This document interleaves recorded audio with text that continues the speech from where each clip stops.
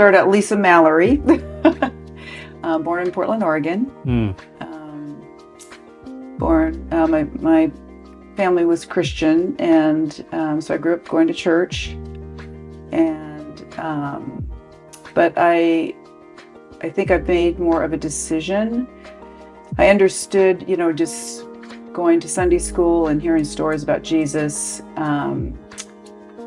who he was and what he did. And I think originally, just hearing that about going to heaven and having eternal life, that's the thing that kind of got me. I want to make sure I'm going to heaven, and so fire insurance. Right, a little bit of fire insurance. Actually, I was very young. I was about 7 years old, and my grandmother was very influential in my spiritual life. And so I did ask Jesus into my heart. I received Christ at that young age, but it wasn't until probably around 12 or so that I understood the whole kind of lordship thing, where it's, there's an active relationship here, and that he is and wants to be a part of every part of my life, and kind of a surrender thing. And then had a devastating event happen. My parents got separated, and then eventually divorced when I was about 14. And so that really rocked my world. Because it's not as common in the... It was not common. Christian world. And in the Christian community, I can even remember being afraid to tell my friends from church, and, kind of from one day to the next in high school, I have my dad and I don't have my dad around, so there's a lot of shame.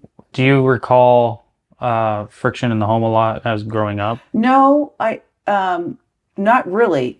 Actually, I think either they or my mom, tried to hide just to give us more of a secure environment, until when they were about to separate. Then I thought, there's something just seems to be not right. There was never yelling and that kind of a thing, but just underneath there was something not right, until then the separation happened and the eventual divorce. So, but what happened after, well, anyway, I was, I just felt obviously tremendous sadness, but just the shame of that as well, just kind of the social shame of that, and as well as just grieving and working through, even logistics of that, emotions of that. And then graciously, when I was around that time, 15 or so, the Lord brought this young family into our church, and they were on staff with the Christian organization. It was called Campus Crusade for Christ. It's now called Cru. And they were involved in the high school ministry. And so as it happened, the father was got involved in church and was the Sunday school teacher of my brother, who was in high school at the time. And the Lord just kind of meshed our families together. And so I felt like I had a second set of parents, but spiritual parents as well.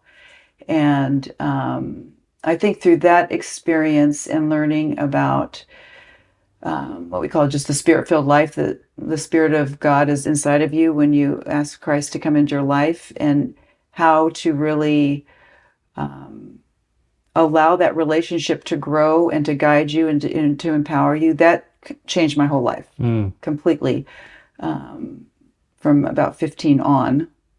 And so it just continued growing in my faith and with this family and different opportunities there. And then went to college. So let me rewind. Okay, sure. There's a pivotal point in people's lives when they are leaving high school.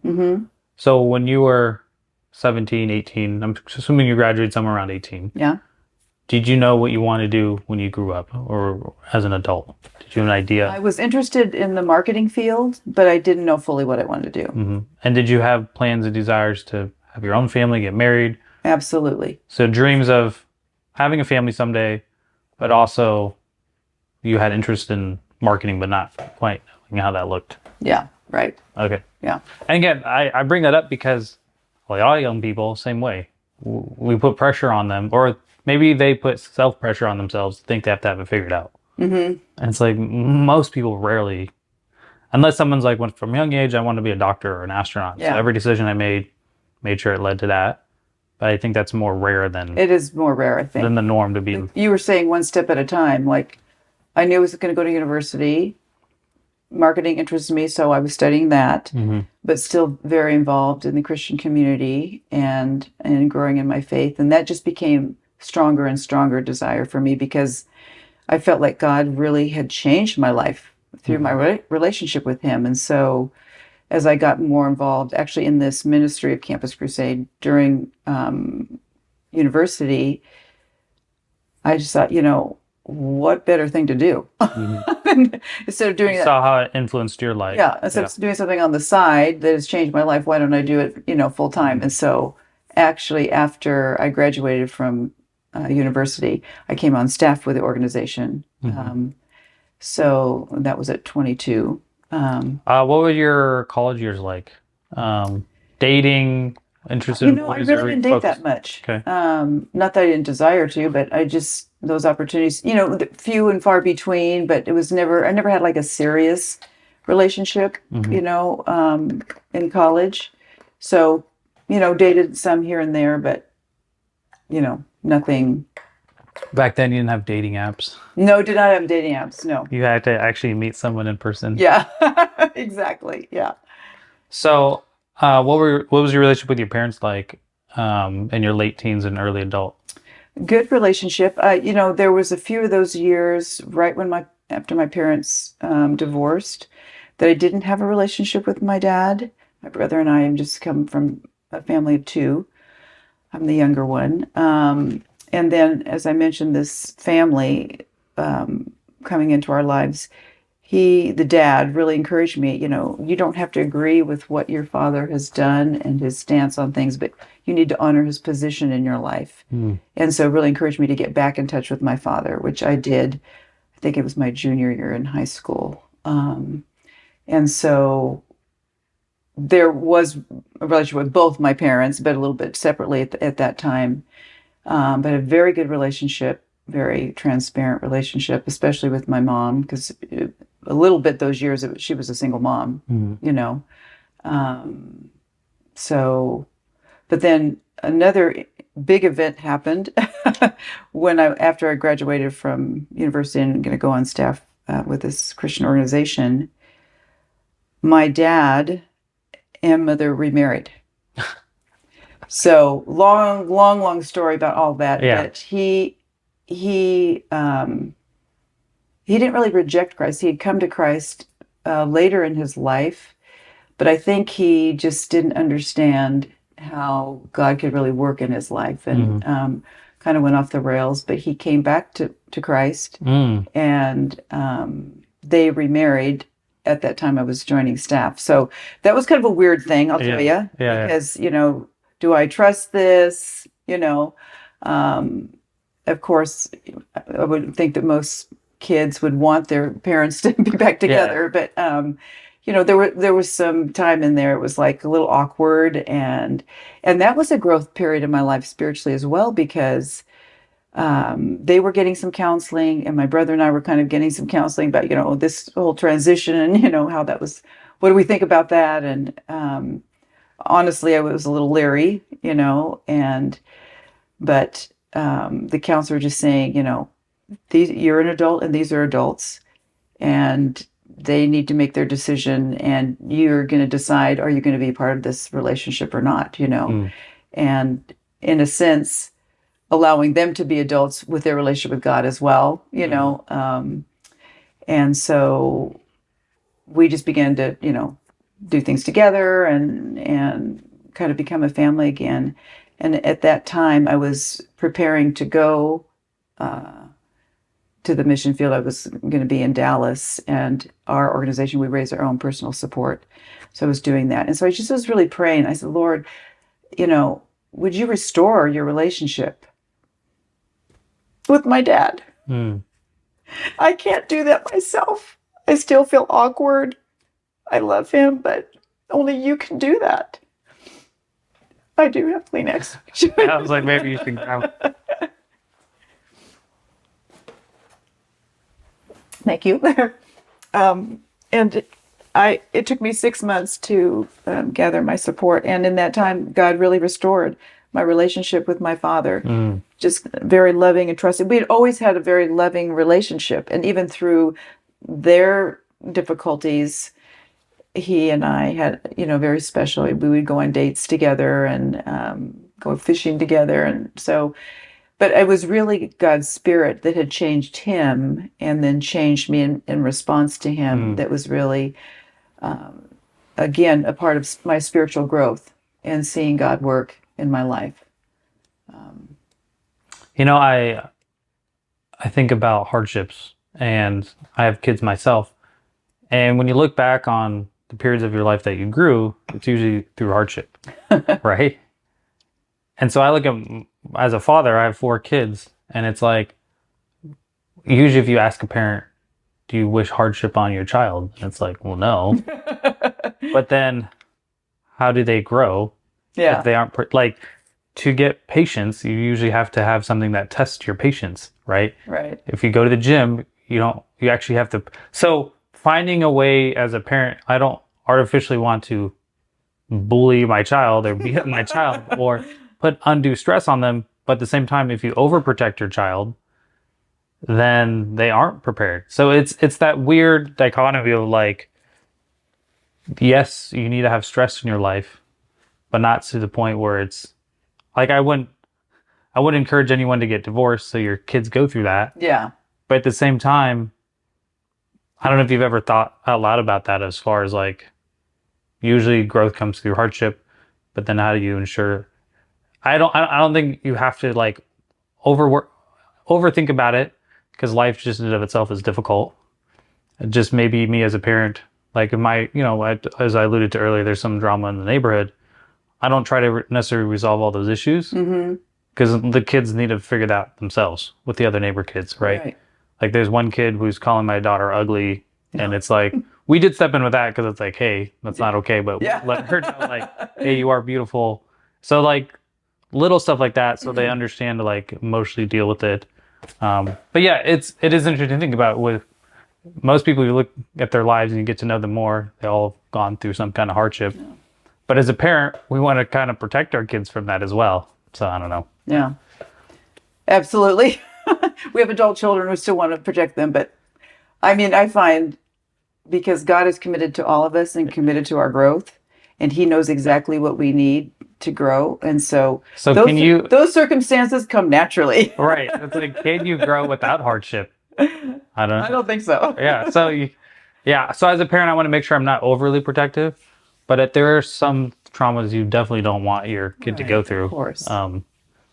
And so, yeah. And I've talked about divorce with other podcasts that I have, because it is a real part of American society. And I have friends that are married that have difficult marriages, and weighing that out. Like, is it worse to stay in a toxic marriage for the sake of the kids? Yeah. Or is it better? Yes, getting divorced is also detrimental. Which one is maybe least? And every situation is nuanced in that. But absolutely. Yeah, divorce is messy. Maybe we'll get more into relationships as we get into your relationship with your husband. But so you made a decision after college to commit yourself to this ministry, and then you traveled down to Texas. Yes, it was actually, it was more of an administrative role, kind of in the marketing thing, and fundraising with major donors. It's a Christian speaker and author, Josh McDowell, that I worked for 5 years in Dallas. The headquarters were in Dallas at the time. So he's not alive anymore, is he? Yes, he is. Okay, he's still going strong. So you worked with him, or worked with his staff? Yes. Nice.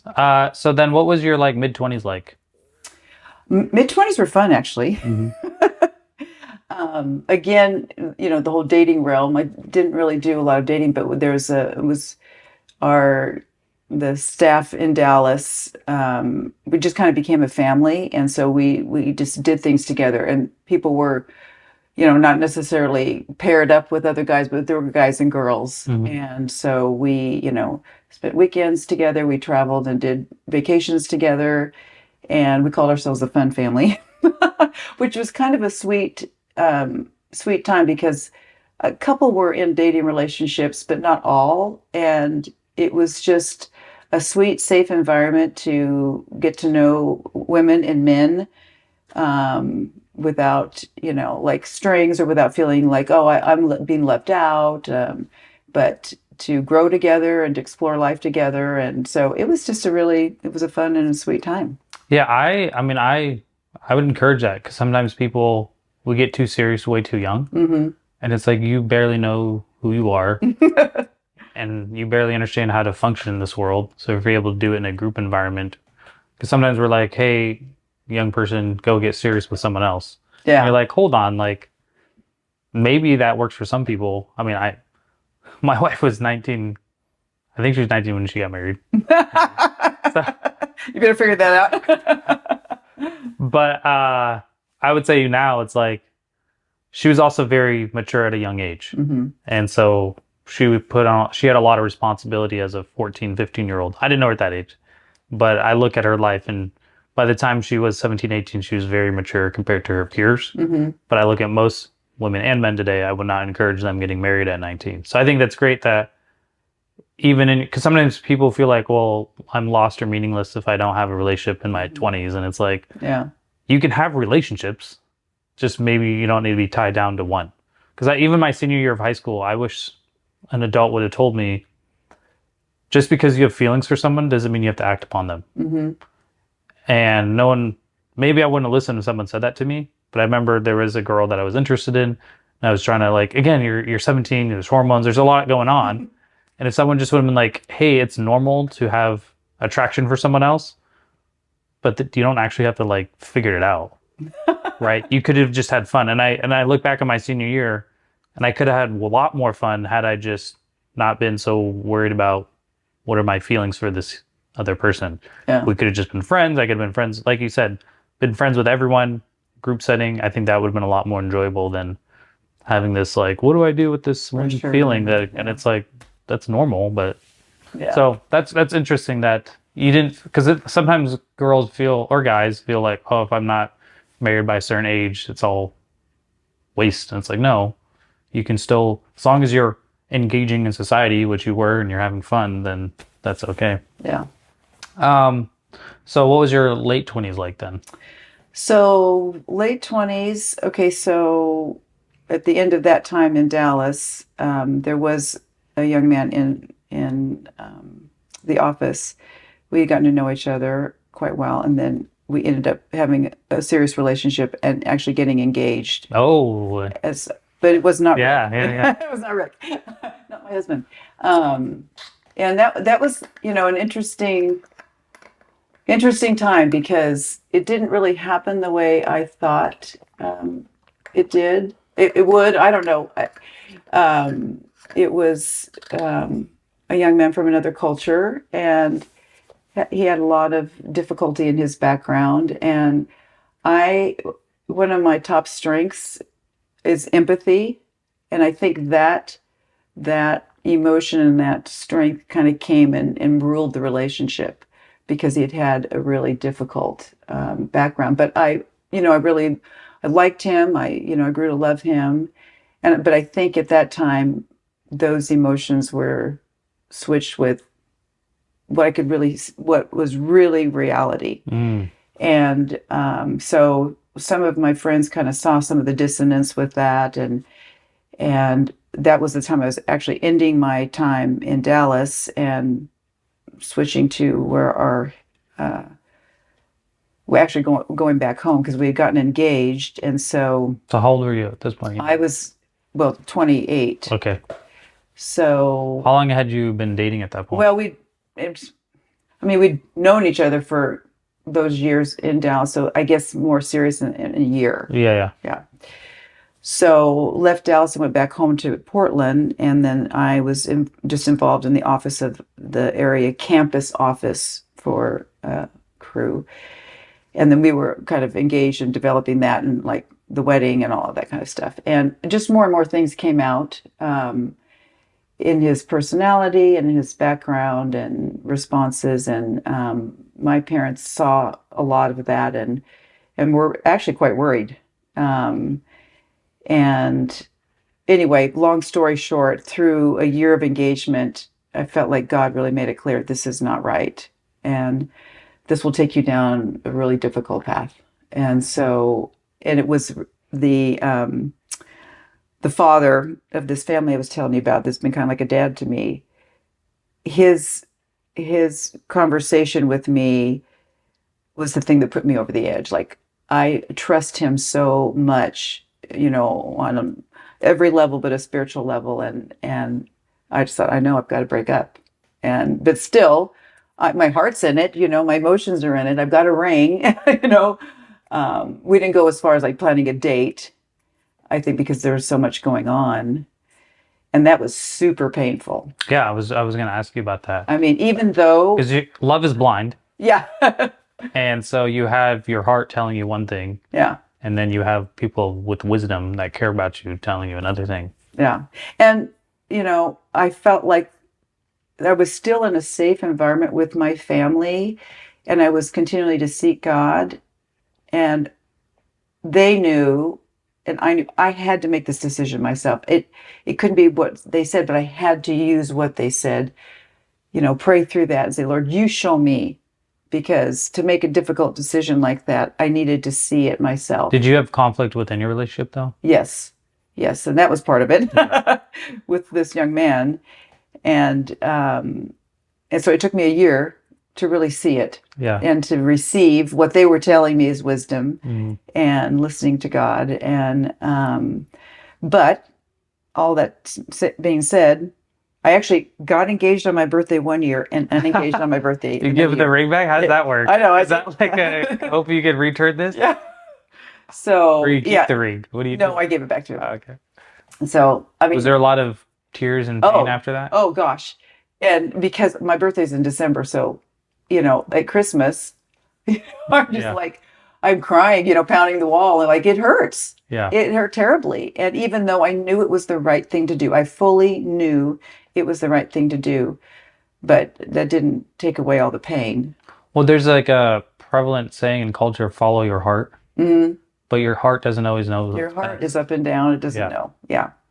And, I would say follow your heart some. I mean, you don't want to Yeah. have no heart at all, Yeah. in a relationship. But But to make that the full thing, yeah, no. and I think too many of people in society would just it felt right, and it's like eating Doritos all day sometimes feels right, Yeah, right. but it's like I don't do it There's all a day. consequence. Yeah, yeah. Yeah. So that's interesting. Going through that. So thank you for sharing that because Sure. again, I do this so that hopefully some random listener will listen to it and be like, "Oh, life is messy. It wasn't clear cut. She had a great, everything was amazing. Everything was perfect. She found Mr. Right at 21. Had, it's like, no, life doesn't, we can learn from other people's lives to then realize for us, it's like, oh, okay, life is very messy. Yeah, absolutely. And sometimes when I think some people, there's some older people that I encounter where they're miserable, they're unhappy because of all the hardships they've experienced in life. Where other people like yourself, first time I met you, I could just see the joy in your life, right? Same with your husband. And so it's like we have all gone through hardships, but it's then what do we do when we come out on the other side of it? So thank you for sharing that. And I think that's a story that a lot of probably young people find themselves in, being in a relationship. Is this the right one? Mm-hmm. And then sometimes people don't want to quit something that they start. Yeah. And so there's a world where There's a familiarness to it, and it still feels Yeah. good. So to have to stop all that. yeah, there's a world where you could have gotten married because you didn't want to quit on the relationship, and then that would have been detrimental. And a recent thought that I've had, there's a lot of young single women right now in their 30s, Mm-hmm. and I have a daughter, and I think it's important for a guy, but even more so a girl, if a female can have a man in her life that is purely not sexual, Mm-hmm. whether it be a father, a big brother, what you had, I think that can benefit her so much because then that man can kind of help her gauge other men that come into her life Mm-hmm. that can help filter, Right. right? Because I know women that have married the wrong man, and then I look at that and it's like, well, did you have a strong father in your life? And usually not. Yeah. Usually the answer is no.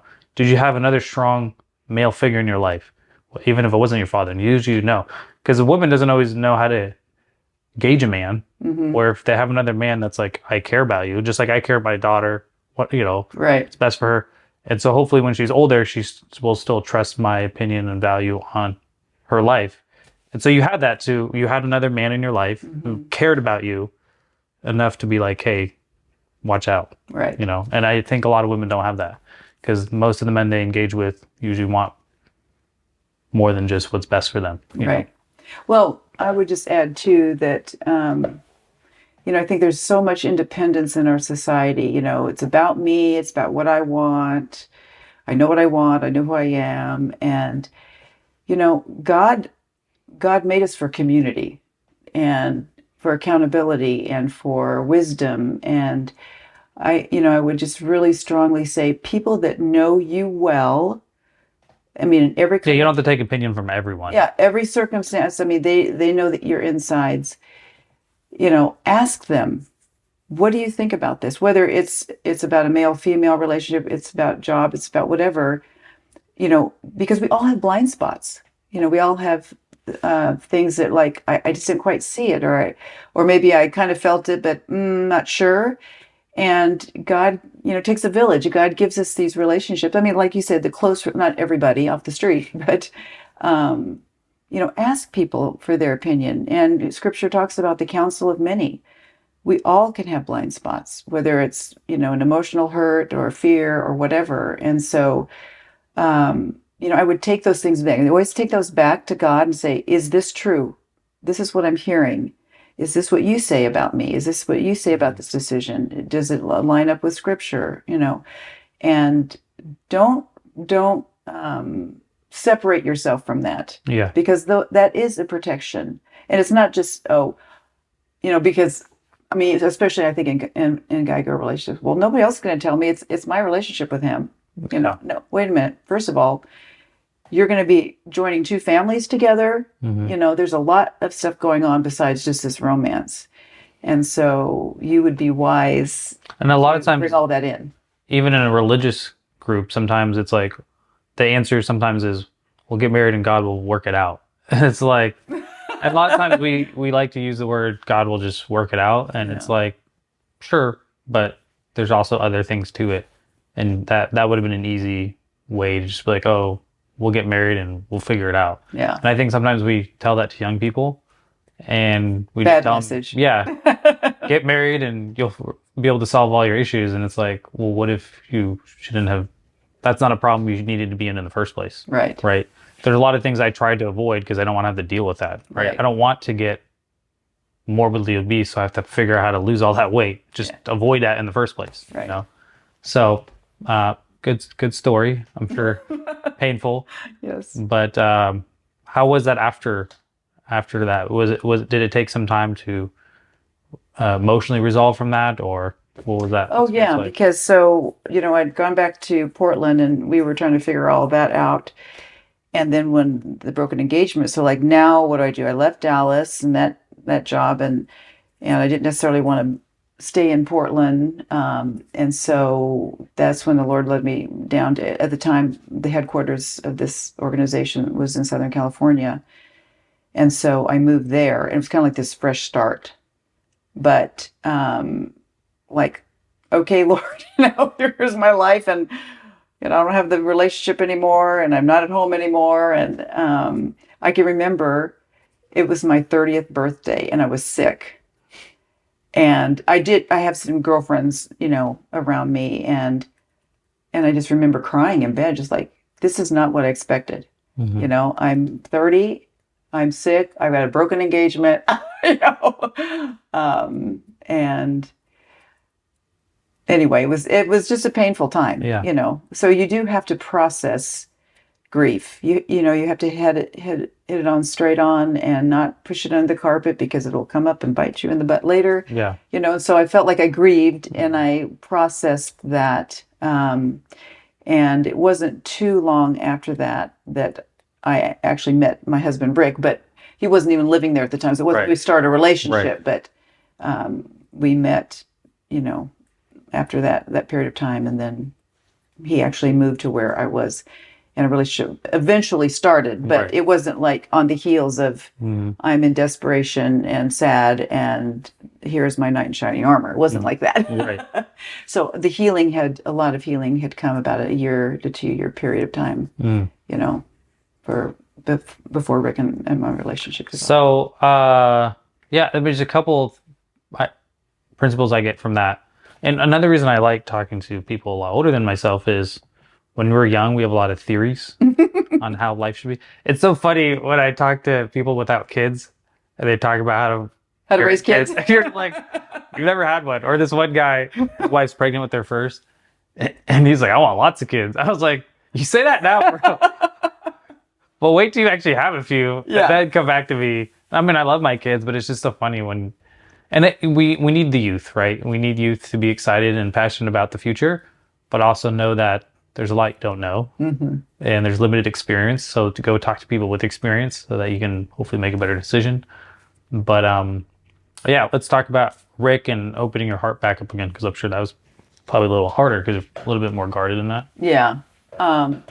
I think enough time had gone on that I was open to, a relationship. But yeah, so he moved there and was actually on the campus where the headquarters was a seminary that crew had a seminary, and that's what he was doing. He was going to go to seminary. I So like to call them cemetery schools. yeah, A lot of people leave the ministry after. after that, he had been overseas for 5 years and came back and then wanted further, Yeah, training. yeah, I get it. And so he did that. And that's where our relationship I think it's developed. advisable to do that after you went and lived life, Yeah. because sometimes this happens in academia as well, right? Where someone went to high school, they go to college, and then they go to post college, Yeah. and then they just never end. Masters. And it's like, when in life did you get real life experience Yeah. versus just academia? And if you do follow that in the religious world, where it's like, go from college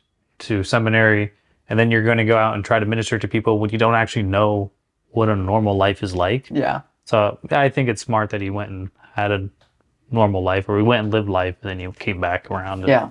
It was a little bit hard because, like, gosh, I haven't studied and been in school for, Yeah. 8 years or whatever. But so we developed our relationship there, and the contrast was pretty stark. I think it made me even see more how I was blind in my other relationship, and the reputation of someone, and those that were close to me could observe this relationship and this man, and it was all, for the good.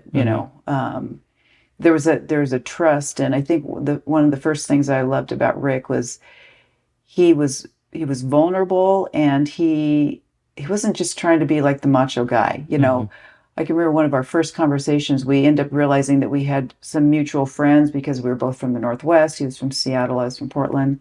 We'd even crisscrossed at a conference and didn't know it. But he'd say, I'm really struggling with this, or I'm working through this. I thought, well, that's different. You're putting your cards on the table. You're not trying to be like, show me all the good sides. So it was a sweet time. It was a redemptive time for me after the broken engagement and that heartache, and I felt pretty fast. Yeah.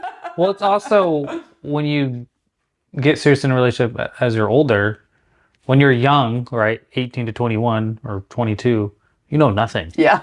right? You barely an adult, and now you're trying to figure out your life partner. But now that you're in your early 30s, it's like, okay, you've had at least 10 years of being an adult. Yeah. So you've gotten to know yourself more, and you're probably more confident in yourself and your weaknesses. So when you meet this other person who's also at that similar level, you're not playing those childish games that you would have when you're 18 to 21. Like, Right. is he going to text me back? Is he not? It's like, hey, I don't have time for that. Like, are we going to do this or not? You know? So that is, I think, the value of waiting a little bit. But then the dichotomy of like, I'm happy I had kids when I was young, because now I'm still relatively young and I get to go do stuff with my kids and play with my kids, where I was adopted. So my parents were much older when they had me.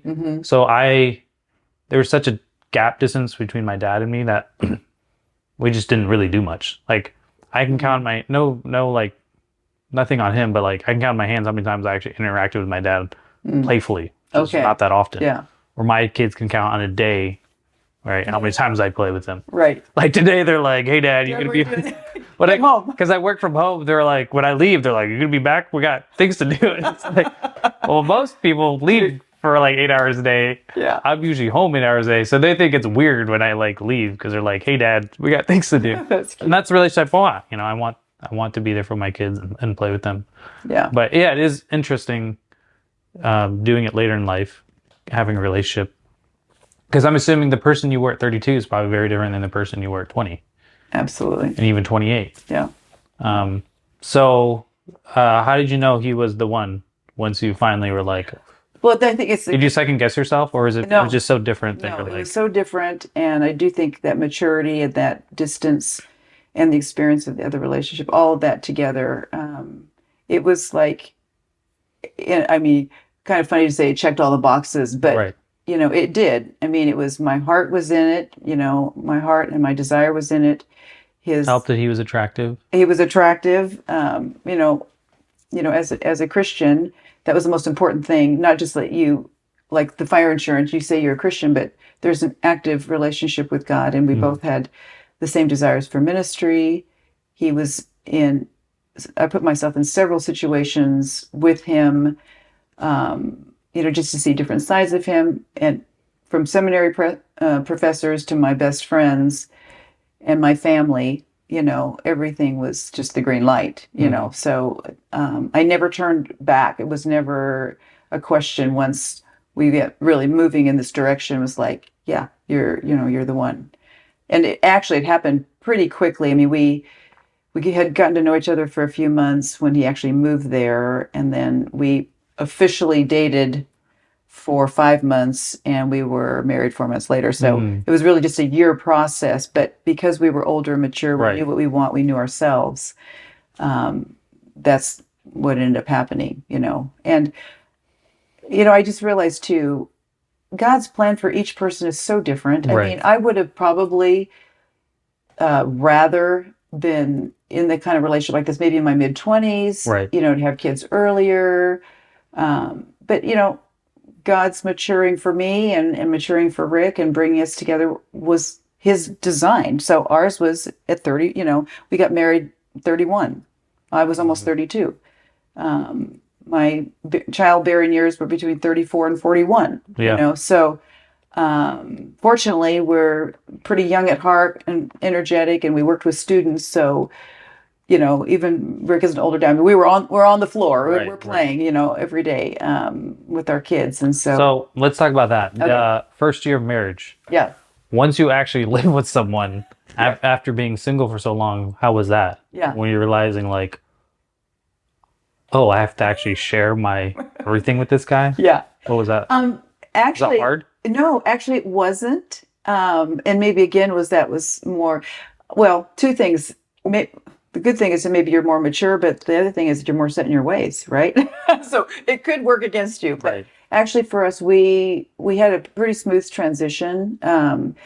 I think our first major, I remember this, our first, you call it a fight or like, oh man, there's real dissonance here.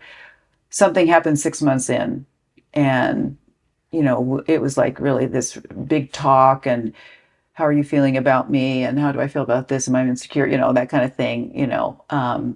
And then a year into it, because we were both a part of this organization before we married, and so we both had a team of supporters as ministry partners, people that donated to our ministry. So we were actually pulling those together and raising support together. So that was to be in this ministry, not only do you have to raise support for yourself, but did you also have to raise support for the ministry? Or was this the No. role that you played no, when you were just younger? just personal. So, but how we approached that was completely different. And so after our first year of marriage, and we're coming, back to the Northwest to do that together, and we were actually staying in his mother's home. Well, that hit the fan a little bit, like how we approach it, and then also because he was in his home environment, I noticed things about family and family rules and how he responded, to different things in the family. I'm like, I didn't know that before. You know, we had not been in that setting as a Right. couple. I mean, we'd been with his Yeah, family, yeah. you know, so I'm like, not sure I like that. Were you then able, I think a younger couple would have been harder for them to talk about it, or were you guys able to articulate it without getting so emotional? Yeah, we were. And that's been, I think, really the cornerstone of our relationship is good communication. We're both really high on that, desiring it and doing it. And so I remember that a night, you know, we're kind of sitting up and like, I want it this way, you want it this way, and nobody's moving. And so we just said, you know, can we pray together? And so we did, and we just asked the Lord to come into this time and to direct us. And at the end of that, it really was like a supernatural thing where it wasn't like, oh no, I'm just going to totally give into what you want, Hmm. but the sense of unity came back, and then we could tackle the actual decision together. Hmm. And so that has always been a My cornerstone. my assumption is you got your way. No, no, no.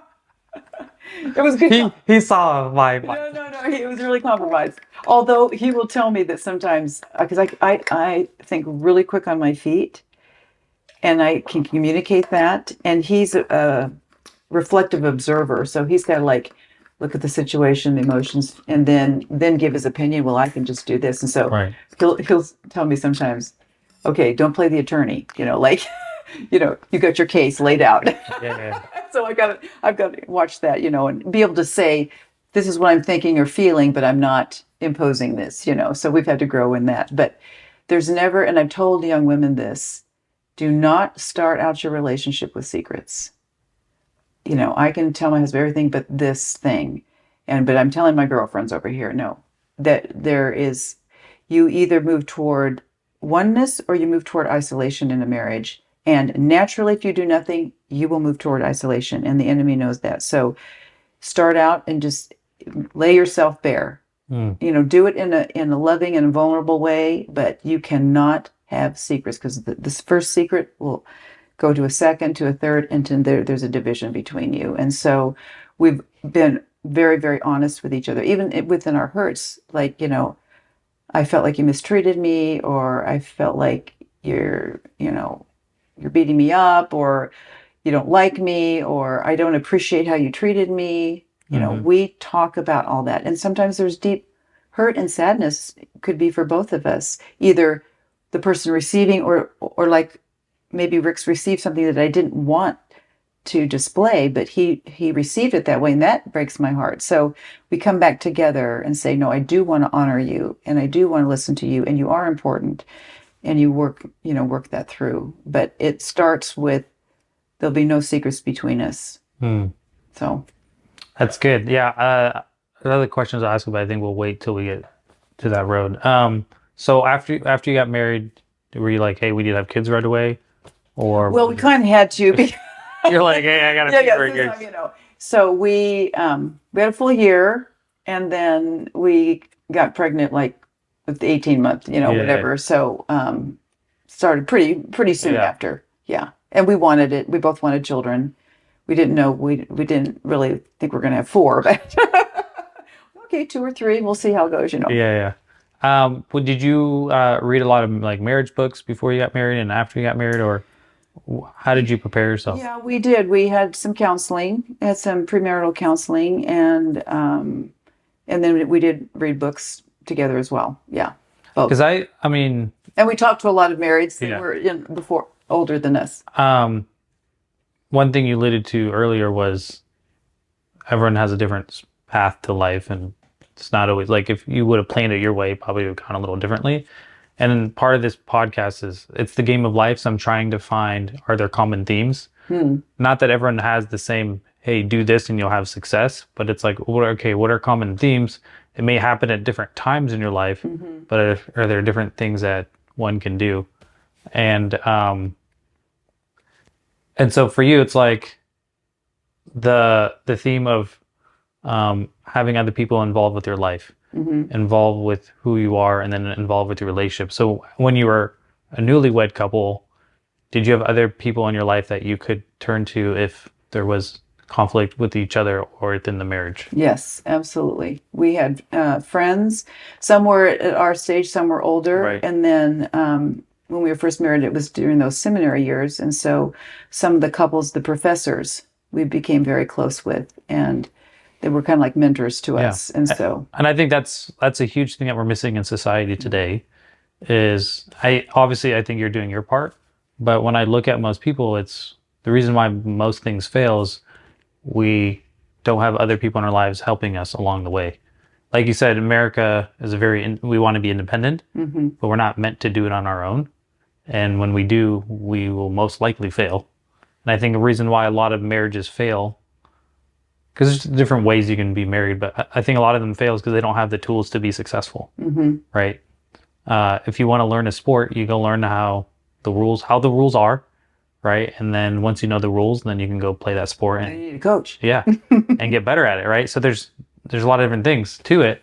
And the same thing with marriage. It's like have the tools, have other people in your corner that can help you along the way. And if you don't have just those basic things, it's hard to be successful at almost anything, whether it's marriage or a job or And that's no reflection on Right. you being, oh, you know, I'm not strong enough, I'm not smart enough. No, you were never meant to carry it alone. yeah. You know, What was it like having the first kid?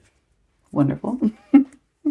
Hardest pregnancy, but just joyful. We were excited, ready, you know, and little Nathan came, and yeah, we were thrilled. But you know, we were talking about the preparation thing. What, you know, you're a new parent. You don't know what you're doing. I Yeah. mean, we read books, Right. and we had a plan in Right. that sense, and we followed that, and that was helpful. But you know, there's no teaching ahead of time really Right. until you're you're in it. You And gotta do the thing. yeah, but we've always been excited about children, and we're trying to get our kids excited about children.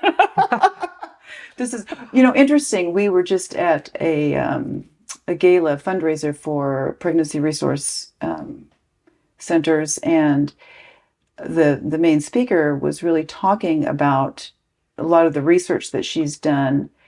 You know, the whole questions about abortion and, you know, the real baby and all of that, and my right, my body, and just this dissonance, and what's coming out is that this is a burden. A child Right. is a burden. Do I want this burden? Am I up for this burden? It's a burden on my body. It's a burden, you know, it's a burden on my finances, and that is so counter God and counter biblical thinking. I mean, having children is the greatest joy and privilege that a couple and society can have, because that's the foundation of a family, you know, and that's how we build our society. So the thought that this is a negative thing, and so then I choose to do something with it, is just so counter Right. loving God and what He wants us all to experience. Yeah, I don't want this to make a political, but it is interesting. The people you look at the people making the policies, and did they have kids? Did they have their own kids?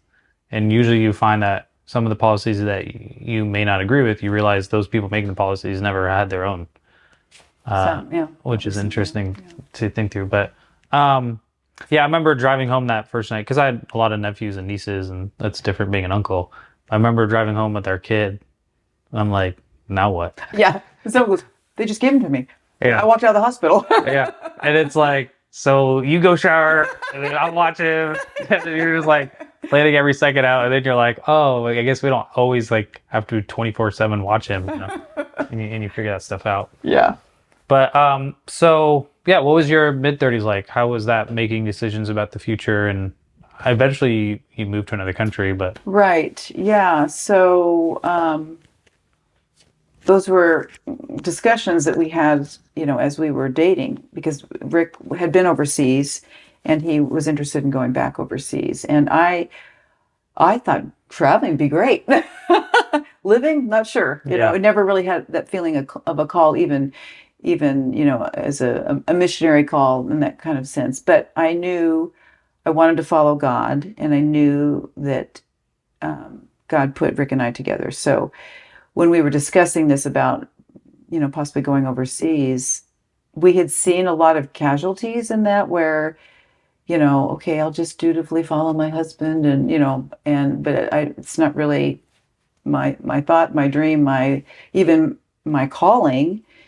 And 2 or 3 years they're coming back and they're having marriage problems, and it's a strain. And so I just said, Lord, you're in this relationship, you're in our lives, you're leading and guiding us. So there's two choices here. Either you change my heart and you show me this is where we need to go, or you change Rick's, because you've already started with this nucleus here. Mm-hmm. And so the first year of marriage was just praying. And I knew that we would have different roles, and that's fine, but I knew it would be hard for me. And so if that's where God was leading me, I needed to be able to draw the stake. Mm-hmm. So when the tough times came, I wouldn't be doubting, Mm-hmm. like, no, we got to go back home. No, God wants me here too. And so that's what happened. After that year, I just felt like God was saying, no, Lisa, I'm calling you as well. Mm-hmm. And for you to go together, and I've got things for you. And so those first years were hard. And so we took a 20-month-old over. We went to France. And Why France? You know why that? yeah, Why that particular Rick country? actually had been an exchange student in a French family. Oh yeah, I can't remember. And so he knew French. And we were more interested in Western Europe kind of as a whole, Mm-hmm. but we really wanted to do more training. And so it just worked out that they had the greatest need. Rick also had some background. The doors open. Mm. So we took a 20-month-old, landed, and found I was pregnant with number 2. Mm. And so I have never learned a foreign language. I'm not gifted in learning foreign languages like my husband. And so those years were tough. No family, and I just kept having kids. The kids were your family. Kids were, and I'm trying to learn the language, and, I'm crying, and poor Rick was like, gosh, I guess we'll try to make it 6 months. And then we're going back, because I would come home from language school crying, But I knew, because I had that stake, I knew, no, I'm having a hard time, but this is where God wants us, and he will pave a way. Yeah, I'm curious if you were like a younger version of yourself, if you would have made it through. Because I don't know if you would have had the maturity. Yeah, I don't know. For that. Because a young girl, like let's say 22-year-old version of you going through that, may have not had the emotional stability to handle that, where the 34, 35 version of you was like, no, this is okay. Hardship. Because sometimes when people experience hardship, what do? They pull back. Yeah. Yeah. Mm-hmm. And so when you experience hardship, at that point in your life, you knew hardship is a part of life.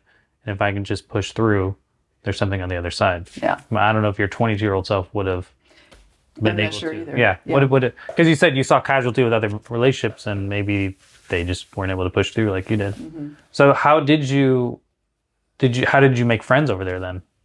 Well, first of all, it's just our staff team. Mm-hmm.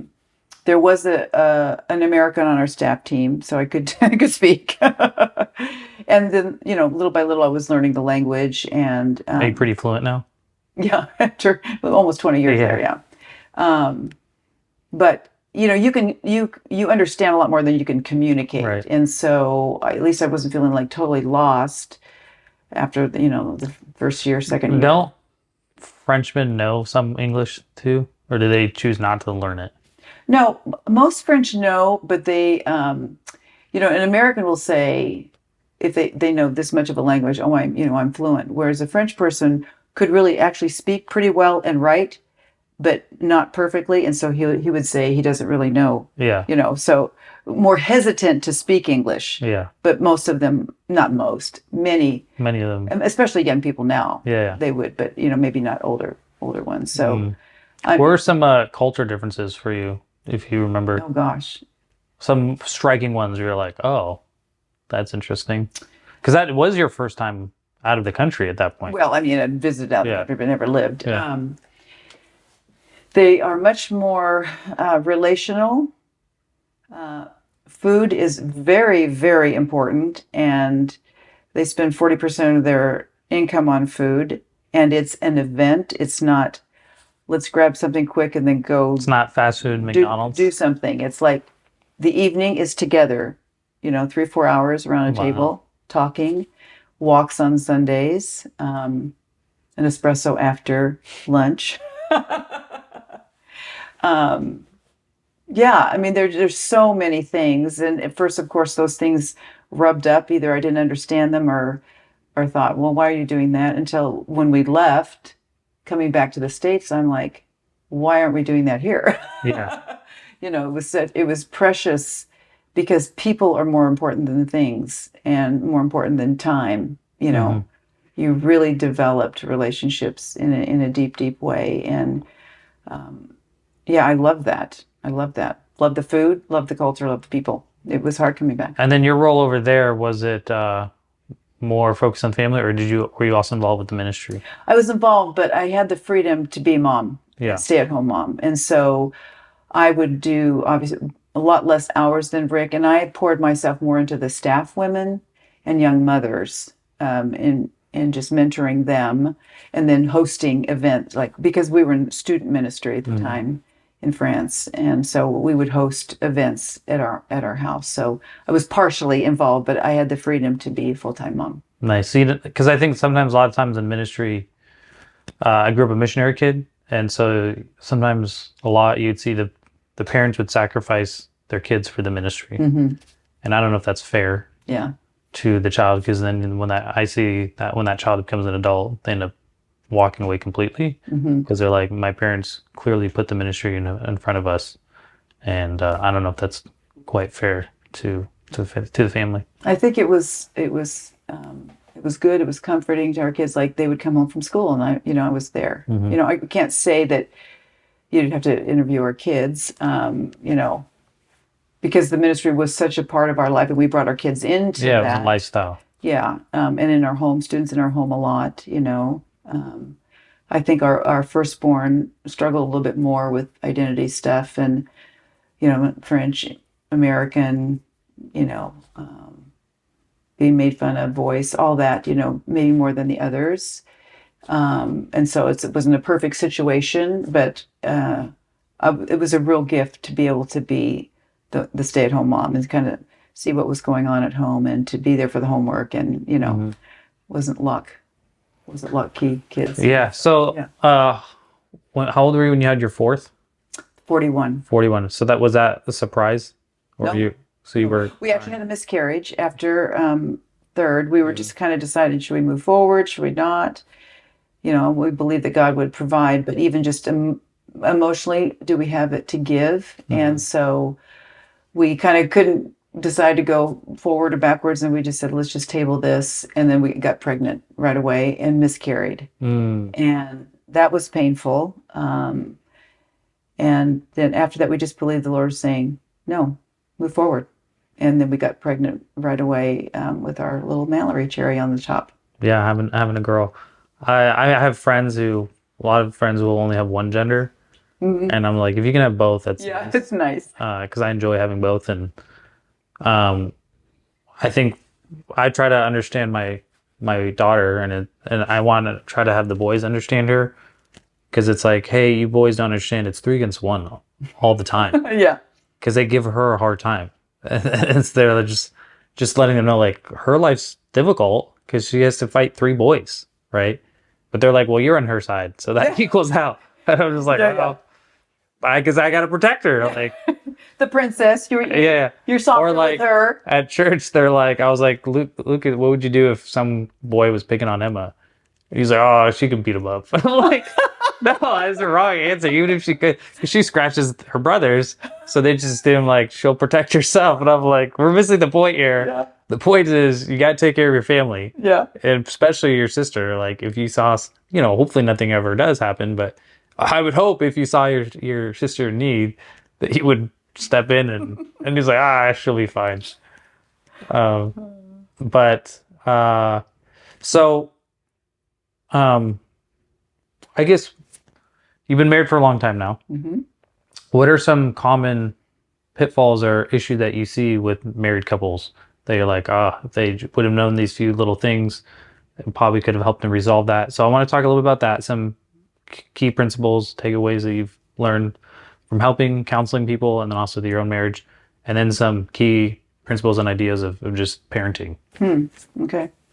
Well, one that I told you is no secrets. Mm-hmm. Really, I think communication is just the key to a marriage. So vulnerability and communication. And obviously, it's not just the what you say, it's the how you say it. To have respect for the other person, to listen as if you want to be listened to, and to really take that in. And along with that, it's just short accounts because it's so easy. We all have, idiosyncrasies and irritations, and you can let things go and go and go, and you think, "Oh, I'm okay. It's okay. It's okay." And then all of a sudden, it's not okay anymore. you know. So, I mean, I think the wisdom to see, okay, these are little nitpicky things that really don't matter, and whoever I'm with, I'm going to have some of those things with them. And what are things that are hurting our relationship, hurting our trust, hurting our hearts, from unity? We must talk about that. And so don't let that pile up because in French it's échafaudage, it's one on top of the other until all of a sudden this little small thing just blew up in our faces. And like, well, why are you so upset? Mm-hmm. Well, it's not about this thing. Right. It's about this thing. Yeah. So don't let that process happen. When something is an issue, nip it in the bud and talk about it and resolve it. I think that's the thing that's really kept us. Keep dating your spouse. It's you put your best foot forward in dating and engagement, all this creativity and special times alone. Do not stop that.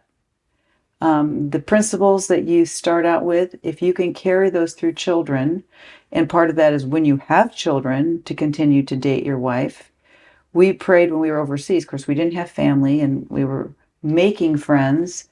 Lord, we will put aside the time and the money for date nights or whatever. Mm-hmm. If you Sorry. It's supposed to be in silent. if you will provide the people. Yeah. And so we made it a priority. And I know, and this may get into a little bit of the parenting thing, like, oh, once we had kids, we still don't have time, and they've never been around anybody else, and it's just a big house. I'm like, no. The family starts with the two of you. You are a family.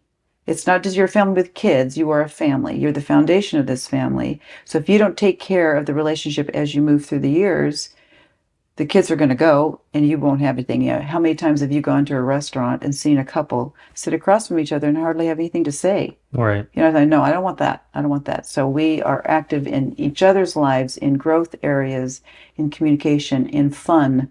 Mm-hmm. And yes, it is more complicated. You know that with young children, to make the time and to set aside the time and the schedules, but it is just paramount to do that. The other thing that we did overseas, and we've done a little bit here, is try to get away. I would say once minimum, but we would try to do it twice for a weekend away. Mm-hmm. Because we found we can have a real conversation without interruption with little kids, or pray together for, more than 5 minutes at a time. And we would always just kind of evaluate, where are we at? Where are we at with our kids? Does anything need to be changing? Prayer goals, just different things. And they're just fun being together, taking walks. So I think when you start out, if you can say, these are the foundational things that with kids or without kids, we're going to commit to, then God will help you do it, but you have to be convinced in your mind and set aside that time to say, once a week a date night, or once a year we get away for a weekend, or whatever. So yeah, I mean, what I hear you saying, it's deliberate action. Yeah. You don't accidentally have a good marriage. Yeah, there's no way. You can accidentally have a bad one. And as I said, if you don't do anything, yeah, isolation. So it's mindset, but then also action that you take. Mm-hmm. I'm assuming you've counseled couples. Mm-hmm. What are some, obviously not naming names, but what are some issues that you've seen as you've counseled young couples? A lot in the communication realm. Is it usually the guy or the girl? It's not. It's both. Yeah. There's mistrust maybe for different reasons, or workaholism. Yeah. For the guy, because he gets so much of his value at what he does, and then God put that in him, but Yeah. that has to be, monitored. For the woman not feeling special, or, you were dating me, but now, I'm just, doing this stuff over here. What do you, how do you view the saying happy wife, happy life? I think it's funny. Um, Because I I think a lot of men will end up just doing that because it's like Mhm. it's just easier to let her get her way. But I don't know if that's necessarily the best thing. It's not. It's not. And Rick and I've had to deal with that situation because I am a stronger personality and he can tend to be passive, and so and not liking conflict, and I think that's a big thing. Nobody wants conflict so that Yeah. they don't, deal with the things, and then ends up he can resent me because he didn't stand up and say, no, I don't like that, or we need to So discuss were you this. self-aware enough to know that? Or what age did, so I guess here's the question I have for you. I've been wanting to talk to you for all these months, so I can ask you this question. Um, How old do you have to be to really get it? so yeah, so what point men and women are emotional? Men just show it differently. Or we usually show it in anger, frustration, we beat up something, but then we move on. Or women, she shows her emotions differently, and also the monthly cycle. So there's a lot of other variables. And so, was there some point in your life where you realized, hey, at this point, I'm going to be more emotional, so I'm aware of that? Or when did you know when your personality, are you self-aware enough to know, hey, uh, I can have this personality with my husband. I need to be careful of that. Mm-hmm. Was there a point that you understood that, or I think I understood it intellectually from the beginning. In fact, even in our premarital counseling, the test showed that this is going to be your deal throughout your marriage. yeah, It's not going to just be, you figure that out and you move on. That's, so we've had to deal with that several times, several layers. As even we've been married 34 years, yeah, and that still creeps its ugly head. yeah? So But the more you're married, are you catching it in the moment now? a lot more, definitely a lot more. But sometimes it's subtle. It is still, from my perspective, like, wow, I was not intending that at all, And, from his perspective, there it is again. That's why you have to keep talking, because it's the relationship is fluid. It's not static. It's never going to stay at the same place. You're not going to be one and done in this whatever area, whatever Right. issue you have, and that's why the constant communication. But I think what's grown is the respect and love and deep love we have for another, that we so want to honor the other person, and we realize this is dishonoring. And so I think we're more grieved over when it happens. Hmm. And so, Does it happen less? So I yes, have this yeah, fantasy. it definitely happens less. I have this fantasy that marriage should get easier the longer No, you're no, no, married. no, no, no, no. Why could that? Why could that not be the Well, but it's case? the same way with our, the sin in our life, right? I'm thinking I've been a Christian a really long time. I've grown with Christ all these years. I should have less sin. No, I'm more aware of my sin. Mm. It's always there, but I'm more aware of it, which is good. I'm more aware of what Christ did for me than I was in my 20s. Like, okay, yeah, thank you very much, but no, now it's like, no, I need you every day. Mhm. I see it more clearly. And so I think that's a little bit with marriage. I see my pride more clearly. I Mhm. see my selfishness more clearly. So I don't want that. And so I go to God, I go to Rick, and we have these discussions. And then Is it generally after the fact then of the conflict? Or can he call you out in the moment and be Yeah, he like, can call me out. and then how do you take that? At first, I'm like, oh, I don't like that. Or Yeah. we have this thing about, can I talk to you about something? Okay, if those words come, I know I'm in trouble. Yeah. Yeah, no, it's not easy. It's still not easy, Even after 30 years? even after 30 years. See, I just have the belief that it should get easier. No, but I'll tell you, the relationship is richer. Yes. The depth is deeper. The love is more constant. I mean, but you can't, like we said, you can't have that without growth, right? Right. Growth happens when there's, I hurt you. I'm sorry. I didn't want to do that. Yeah, I mean, I still want to believe that fantasy. Because it's like I look at The faster you get rid of that, the more you I can know. engage. I know. Because it's like I look at other relationships that I have with people. Obviously, I'm not married to them. I'm not in, like when you're married to your wife, there's multiple layers to it, right? But then I look at my relationship with every other relationship, and they tend to get easier over time. But again, they don't have all the layers that you do They're in not in the marriage. crucible of the Yeah. intimacy that you are with your wife. And so, and also look at other things in life, and most things you do in life, you get more skilled at it. Therefore, it does get easier. But marriage is one of those things that 100% of people that I ask that question to, it's like, no, it doesn't necessarily get easier. It gets But better though. yeah. So, You can't quantify that, right? yeah. Yeah. What was it like once? So my kids are still with us, but I do think about them leaving. It's going to be sad. What was that dynamic like once the kids started leaving the house? Awful. Because that was your identity for Yeah. so long. But I think with you, you had an identity before them because for 10 years you were an adult, and then you had the kids, so you kind of knew what life was like without them because you're an adult. But I'm sure because that was probably what 20.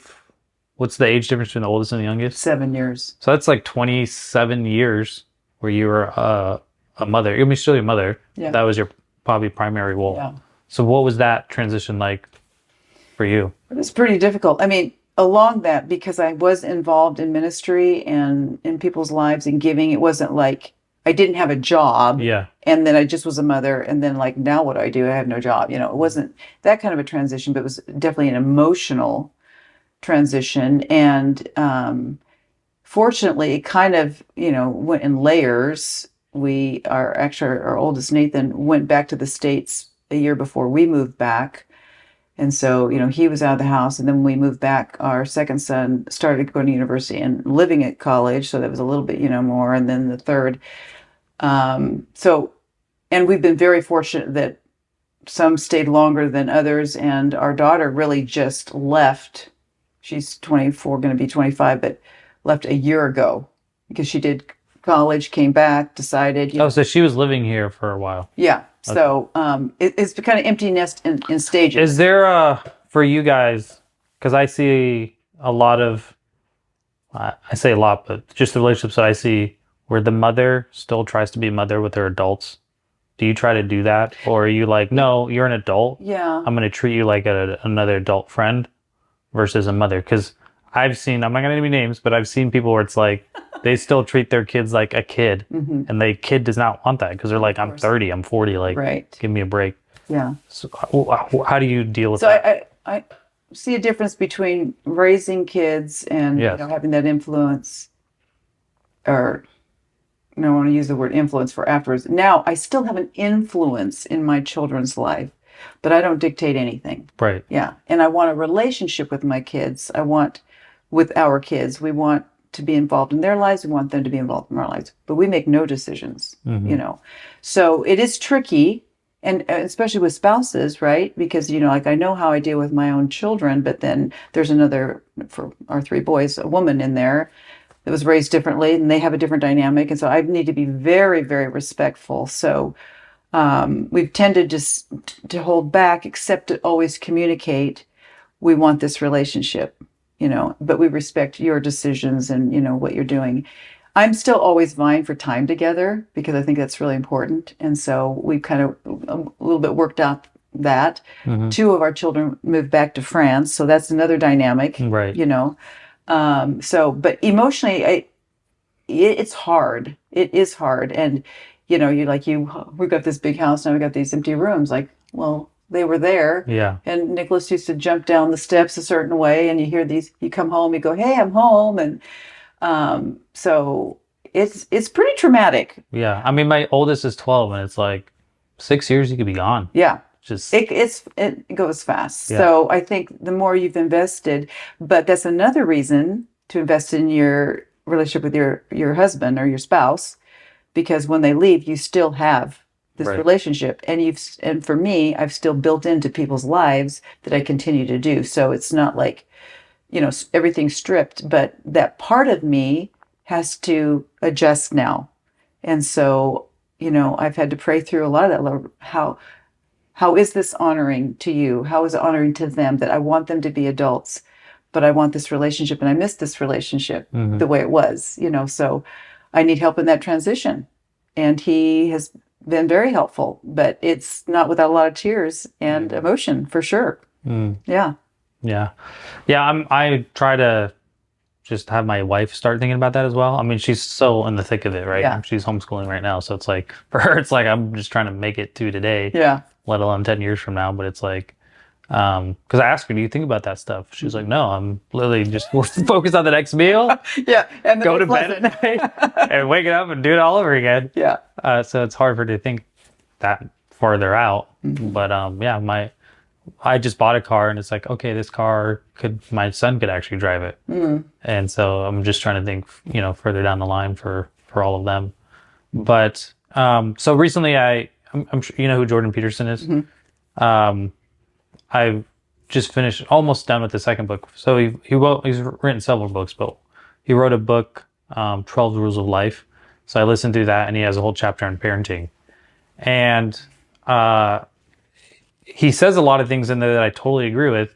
I just feel like because I was still a young parent, whatever, I don't know when you would not become an old parent, but it's like I agree with a lot of those things. But he's like, if a parent doesn't do a very good job by the time the kid's 4, Mm-hmm. not that the kid's a failure after that, it's just so much more difficult. So, and as a parent, I see other kids and parents, and I see what I feel like is they're not doing it that well, or they're Mm-hmm. setting their kid up for failure. But I don't say anything to that parent because they're not my child. Right. But it's like these kids, I think a lot of parents have this mindset like these kids, if they're monsters when they're young, they don't magically get better when they're older. Did you have experience of that, like that, when you saw other parents with their kids, Mm-hmm. where you're like, man, that kid's a monster, but not my monster. But it's like, and then people sometimes ask me, why do I care about certain things? I hang out in the sauna a lot. That's where I have interesting conversations, because they'll be like, why do you care about fitness or other people? And it's like, because ultimately it does affect me. Mm-hmm. If everyone around me is unhealthy, it does affect the cost of healthcare, right? That's I care. Or if all these people are raising poor kids, look at the young kids today where they don't respect other people, they don't respect other people's properties. You see the crime, like here in Alderwood, there was a shooting a few months ago because 2 kids had a disagreement. One pulled out a gun and shot a bystander, right? Yes, we understand young people are erratic, but if that kid would have had some sense of just like self-control, that never would have happened. Right. And so I guess, how did you, when you saw other kids or parents not doing a good job, did you try to intervene, or you're just like, hey, it's not my kid? Well, I think you have to have the relationship. Right. I mean, with some that we were able to, and now we actually have a small group of newly marrieds, and just one of them has a new baby, and we've established a right to speak up, and they want us to. They're like, that's why they're in the group. Like, we want to learn a good foundation for our marriage and good foundation to grow spiritually. You guys have been there, so Yeah. which is that's a great situation. But I couldn't just go down and say, hey, you're doing this wrong. I think a good principle in parenting that is lost. One is, in today's language, this will sound really, wrong, radical, Right. whatever. Politically incorrect. Yes. You establish your right to rule. God put that in us. We are the parent. This is the child. We have the experience. We see the bigger picture like God does for us. And so it's not to make the child happy. It's to grow character into the child and to maturity. And so this, free will of anything they want, Right. express themselves. Has that always been a thing, or is that even more Probably in some prevalent way, today? it just seems like it's just more out there. And so a good principle that we learned was think about, especially when they're little, they're 1, 2, 3, 6 months from now. Okay, this is cute now. Will this be cute in 6 months? Probably not. So you don't want to start this behavior, or you don't want to reward this behavior, because where's that going to get you? And so establishing the no's, establishing the no touches, I mean, believe in corporal punishment, but in the sense of it's the wake up. It's not abusing children. It's not spanking children until they're black and blue. It's saying, stop, stop. This will harm you. You don't understand that this will harm you.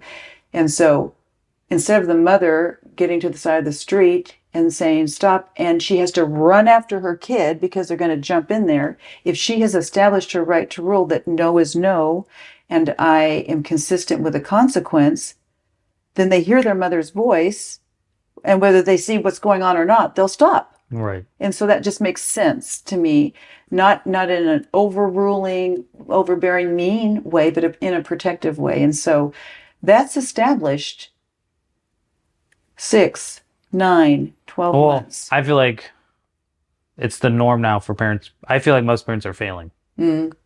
Maybe I'm just being judgmental, but it's like I look at the kids that or my kids are around. I don't like any of them. Like they're all terrible. And it's like you said, the term I use is boundaries. We put boundaries on our kids because we understand the bigger picture. And I probably shouldn't share this story, but I will because it's just occurred recently. Where one of my friends, we walk out of the church building and there's a flower bed, and there's actually a sign that says "Stay off" because they know kids play on it. His kid, who's 3 or 4, pulls his pants down and pees on the flowers. And the parents kind of like think it's funny because their kid's learning how to potty train. And it's like, that's not funny at any level. Like, sure, if your kid's at home and he wants to do that, whatever. But have you taught your kid boundaries? Like respecting other people's, even at that age, like there's no world I would have ever allowed my child to do that at any age. Whether maybe if they're 1, maybe. They're still in diapers at that point, though. Right. So I'm just like, I try to put myself in that situation. Like, I never would have allowed that because it would have been like, that's just not a thing that's even available. But I just see more and more parents just being more carefree, laissez-faire. And it's like, well, Josiah, you don't know how they're actually going to turn out. Because a lot of times people are like, well, that's them today. But like you said, if you allow that behavior, what's that? Exponentially, what would that look like? Yeah, what would that look like if they're 12?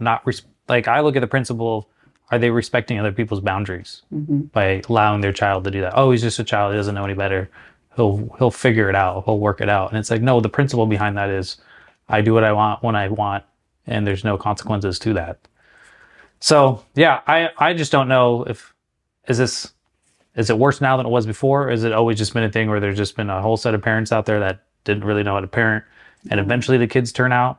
Yeah. Is that kind of what we're hoping for? Is kids just that's the hope turn out pie in the sky? But I feel like no, I think kids are getting worse. Well, no, parents are getting worse. Yes, and you're kind of mad at the kid, but you realize no, it's not the kid's fault. Yeah, and I think that again, it's that forethought of, is this going to be cute 6 months from now, or what kind of characteristics do I want to build in my child? I do want to instill respect for property, respect for people, respect for elders, whatever, respect for authority, because at every place in their life, there will be authority. Right. They've got teachers, they're going to have bosses, they're going to have to learn to compromise with their spouse, they're going to have government. I mean, all the way up.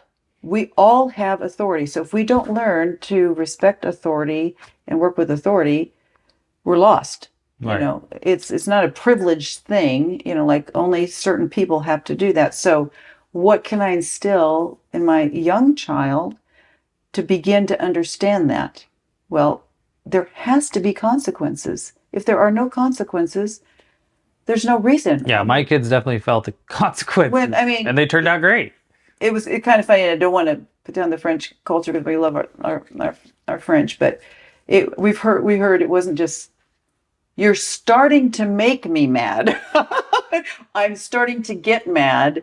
Okay, I'm getting mad, and now I'm mad. There's all these layers, and I'm counting to 10, or I'm counting to 5, I'm counting to 3. Well, if you have to count to 1, there shouldn't be. Right. They know if there's a car crossing the street, you don't count. It's like 9.5. I'm going to wait until Mom gets to 9.5 because at 10 she blows. Yeah. No, they know. So that was like a culture thing over there. Yeah. But we see it here too. Yeah, it's not just and the funny thing I always thought, boy, you can train your kids to potty train at 18 months because they can technically go into a school setting at 2, but they have to be potty trained.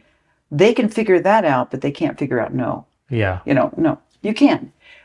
Children are so smart, Right. but it's hard work to be consistent with to figure out a consequence that's appropriate, for age and for who they are. Like for our oldest son, you did a timeout. He would love timeout. I mean, Yeah. he Just loves hang being out. by himself in his room. So Yeah. we got to figure out something else, Yeah.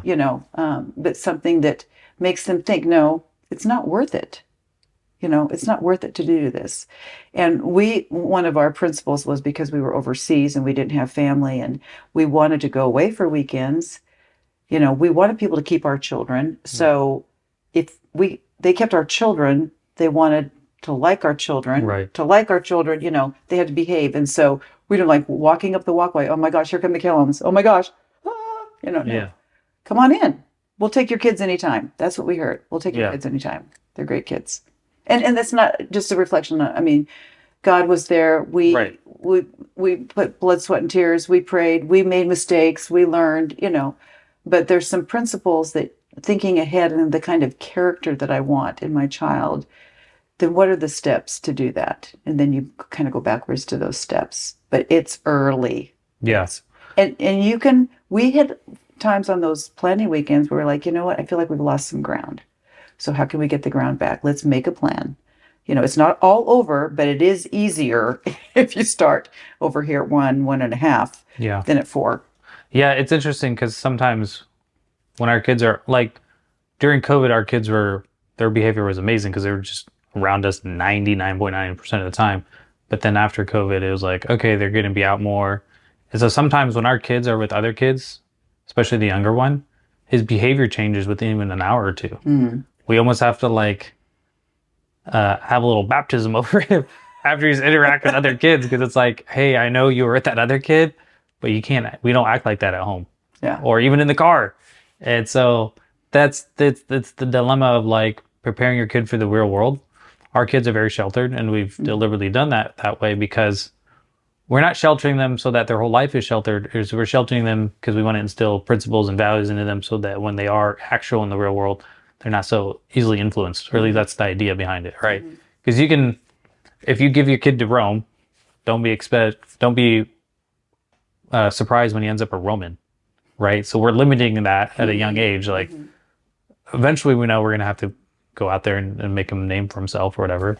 But if we can give him those values at a young age or her, then when they're out there, then they're not going to be so easily influenced by that person's thought or that person's idea. So ask me when they're 18 how they worked out, but it sounds like your kids turned out. And We think we're pretty proud of them. Yeah. and you were deliberate on raising them. And I think as a parent, there's no guarantee that they'll turn out. That's the risk that you take, that you pour all that sweat, blood, and tears into them. And but that's part of the risk reward with having a child is hopefully when they are an adult, they still want to be in your life. And the story's never over for any of us, right? When God is in your life, He's continually transforming us into the image of Christ and working on those that there's barriers between them. And so we believe that to be true. I mean, they're all maturing in different ways. And yeah, maybe there's some things that either make us sad or whatever. But, I know God's working. And so that gives me hope, to be able to release them into God's care as God's still working on me. I'm still maturing, as a child of God, as an adult woman. My journey's not over either. So there's always hope. For me, there's always hope, But, God's principles, as we follow them, that does give us a step up and step in the right direction. I was thinking about, too, just a discipleship principle when people are growing in their faith is come and see me do it, come and do with me, and then go and do. It's not just like I tell you these words and then you go over and do it, but there's a process. And even with children, you're seeing this in our home, then let's do it together, or let's do it in a context that maybe is outside the home, and you're understanding that, and then eventually you can go and do by yourself. Yeah, I think that's one thing we lack a lot in society is positive role models for young people. And even if you're in your 40s, like you said, there should be people older in your life that you can look up to. And maybe in your world, you see a lot more because it's a lot more deliberate in your ministry. But when I look at people from just different areas of life. A lot of people don't have that person that they can look up to, especially even more so with women. I feel like there was even, I think PragerU did one where they ask girls like, who's a role model for you? And it's hard for them to name, like, is it Taylor Swift? Yeah. Is it Kim Kardashian? Yeah. And I think part of the reason why my female guests do better, don't tell your husband this, the reason why female guests do better, it's because there's a lot of male content out there, but actual females being actually honest and raw about their life, I think it's harder. Sure, if you want to find a tutorial makeup video, you'll be able to find that, right? If you want to find a video on how to seduce a guy, you'll be able to find that. But actual women being raw and vulnerable, because I think your story will be a lot more relatable to most women than Kim Kardashian. Mm. Like again, I don't know why I know this, but a few months ago she posted and she was like, again, I don't follow her. She was like, it's tough being a single mom. And it's like, you're a billionaire. You're over here struggling about being a single mom. Like, really? Like, you live in this crazy mansion. I'm sure you have workers. Like, you do not have the average struggle of a single mom. Yeah. But she was trying to relate, where it's like your story, I think younger women can listen to that story and get a lot out of that, motherhood, being a wife. Because that's for most of us, that's the normal life of, you are accomplishing amazing things, but not to the level of someone that's maybe extremely financially successful, and that's where a lot of people get their inspiration from. But I want to highlight people like you and your husband to be like, hey, these are people that you can look up to. That did they get it all right? Probably not. Were they 100% perfect? No, but they are someone that you can at least be inspired by. Being married, I talked to other married couples, and a lot of married guys that I know, they don't know other quality relationships that they can be like, oh, it is possible to have a really good marriage. And that's really sad that it's like, you don't know any good marriages. Yeah. He's like, yeah, I think they all suck. So when he thinks I know a that, lot of good marriages. yeah. So I'm trying to find those. They're like, hey, because that's a big thing. Divorce and just great relationships is, let's find those people and highlight their stories. Not that they're super amazing, but just so other people can see that and be inspired by it. Right? When you were a kid, you saw other people and you were inspired by that. Sure. Right? And so I want to find inspiration for other people, just like I want to be an inspiration to my kids. And one topic, when we're almost done, is what was your fitness journey like throughout your years? Because I see you at the gym. You're a machine. You're working out hard. And has that always been a big part of your life, or? Well, I've always struggled with my weight. My mom was obese, and I have fought that all my life. And I probably, in my 20s, I think it kind of started more in my 20s. I was involved a little bit in sports in high school, but not overly so. But it was always on my mind, and so by nature, a little bit of have to. I've just kept. Do you enjoy it? I do now, and now it's kind of like, it's kind of the curse reward. Like, if I can't go to the gym, I'm upset, but sometimes I'm like, I have to go to the gym. It's one of those love-hate things. But and now, as like, I'm 65, I'm a senior citizen now. I don't believe it, I don't feel it, but and thinking about grandkids, we want to influence our grandkids. We want to get on the floor with them. We want to hike with them. It's not going to happen if I don't take care of my body, eating wise and exercise wise. I mean, the Lord gave me this body that struggles in that area, and so I fight. Have you ever had your hormones checked on a regular level? Because I know for women that's a big part of it. Yeah. I'm not going to pretend to know the struggles of a woman. I know it's a lot harder for them than for a guy, because a guy, you just do the thing and then you usually get the result. And the older you get, menopause, and already if you have a slow metabolism, it's, it wreaks havoc. But I find that inspirational, because I see you in the gym and you're working hard. And I think that's another area that men and women, but even more so women, put off. Being a mother, being a wife, having a job, that it's like, I won't take care of my fitness and my health. But it's like, I think that should be a pretty high priority in people's life, because you have one body. And someone close to me recently said to me, Josiah, you shouldn't be so obsessed about fitness. And I thought about that to see, like you said, is there merit to what he was saying? And what was interesting was, I think part of the reason why he thought that was, whenever I do call this individual, it's usually because I'm either working out or running.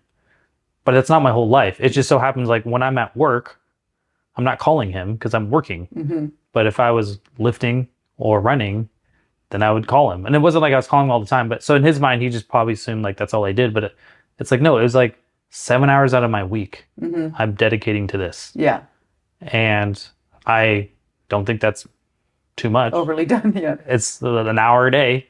And because it's like, as I, one thing that's important to me is just overall health and fitness of people. Mm-hmm. And it's like, if you don't put the time into your health today, you will definitely put the time into it later because you're sick. Right.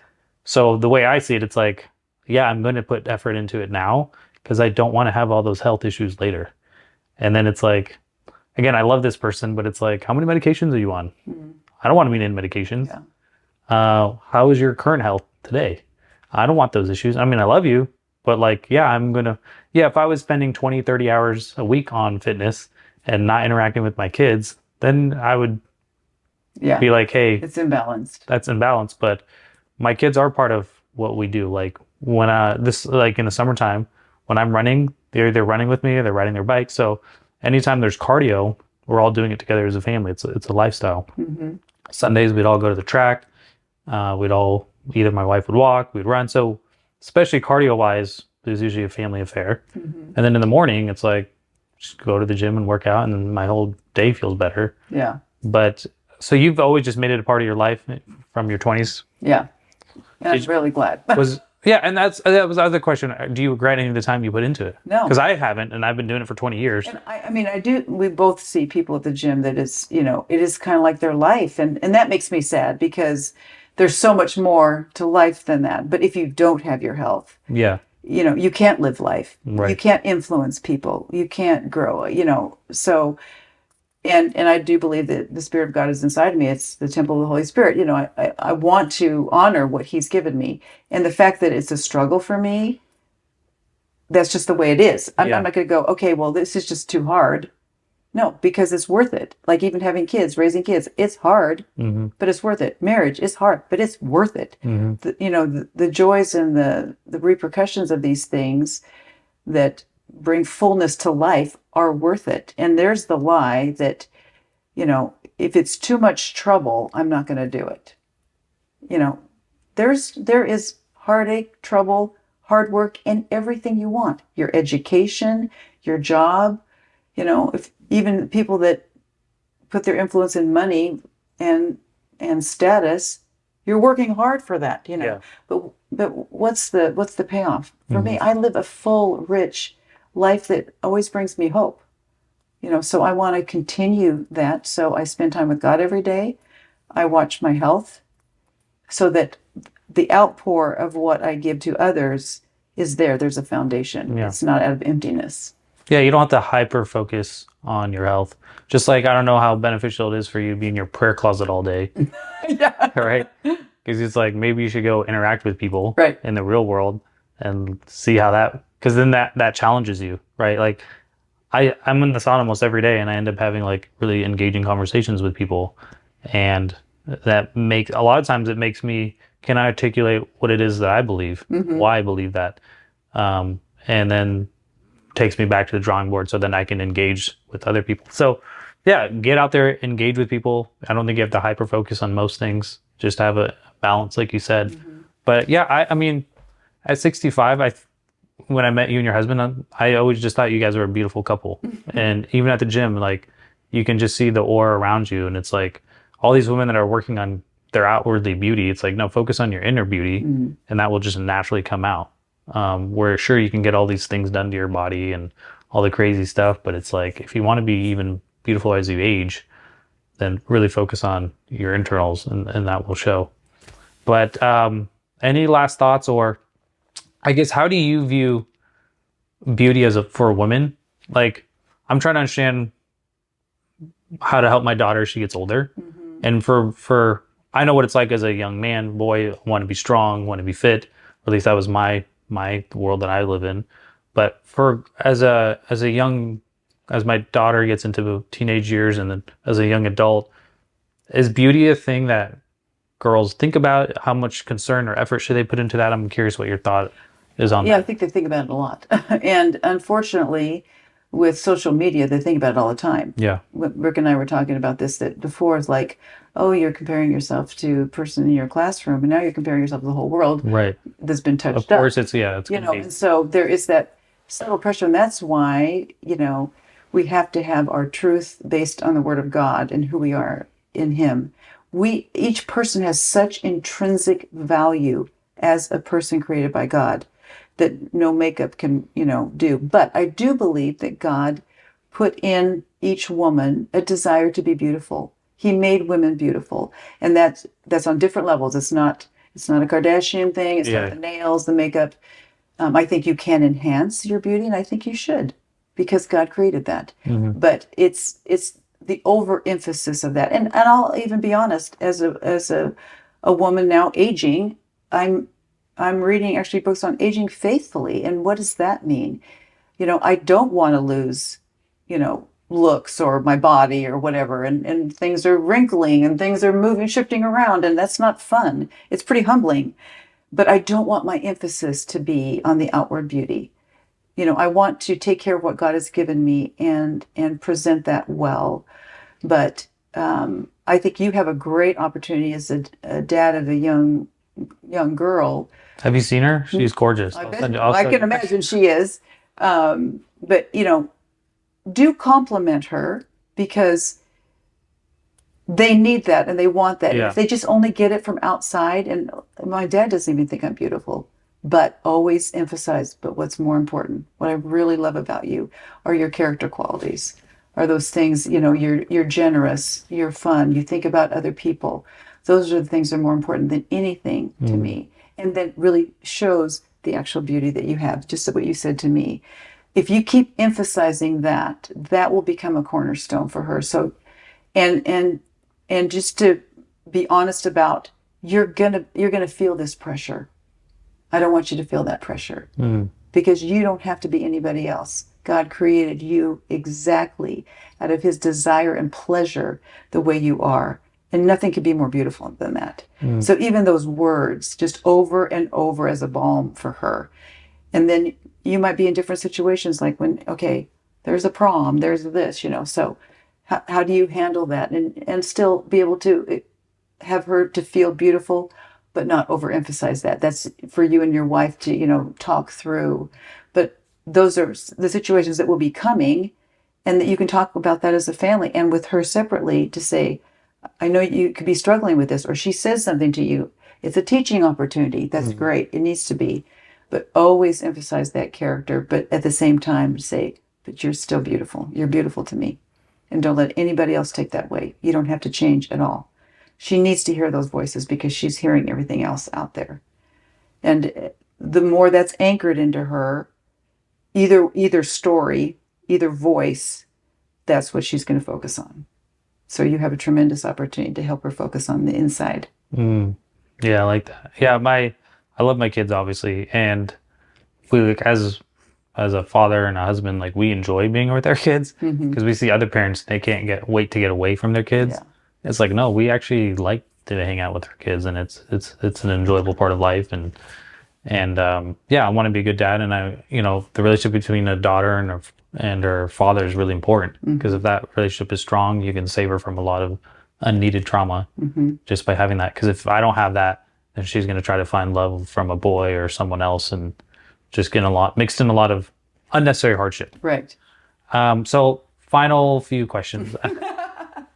um, so two, and maybe you can make it one answer, but what are things that you've learned later in life that you're like, oh, that would have been helpful to have known when I was younger?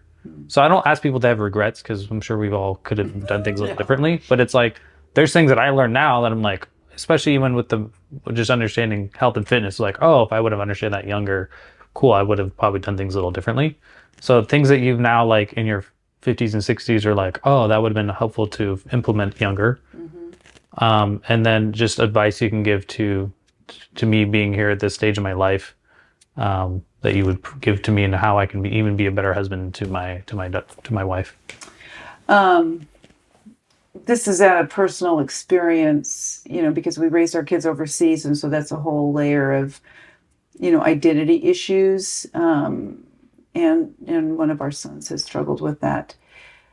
I would say, and probably especially for boys, because it's kind of like boys, they grunt, they don't have emotion, they don't show emotion. My boys show a lot of emotion. My oldest, like in basketball, you like he wears his emotion on his sleeve. Where Yeah. in the game, it's like so we have to tell him like, "Hey man, Dial it back. yeah." Yeah. Which I would like. I think I still want you to answer your questions, but there's certain attributes that people have, and some of them are like confidence. Would I rather have my kid overly confident or underconfident? It's like, well, you can dial back a lot of those things. It's hard to instill Instill something. something versus dial back. So my kids, if anything, they err on certain things like confidence, but it's like, they can dial that back because life will usually just beat you down enough. Yeah. You're like, oh, I guess I'm not the best basketball player in the world, So it is interesting, or because I look at some of the traits that my kids have, and my kids are very motivated, and that's what we want. We want them to be self motivated. Like when we started this whole homeschooling thing, I told my wife, was like, as long as they know how to read and write, if they can do that really well, everything else will come easily, right? But if they don't have that internal motivation to go learn, then that's hard because then you're going to be the one that's force feeding them. Where with my oldest kid, he's a lot of the things he's good at, he's self taught because he learned how to read and write really, really well. So when you give him new information, he can watch a video of doing this basketball drill and he goes out there and does it just by watching that video. Or he can read something and then go out there and do it. I was like, hey, you want to learn how to type? He said, sure. So I gave him the program and now he's typing 60, 70 words a minute. And he was doing that like age 10. So I was like, all right, we did something right. Obviously, he has to do the thing. But I always just made it like, it's hard to give someone motivation. It's much easier if they have that internally to then go excel at certain stuff. Yeah. But I was saying, there's so many transitions in life. Like we had obviously a transition moving overseas, and then we moved different places within that. And to touch base with each of your child, male, female, how is this transition going for you?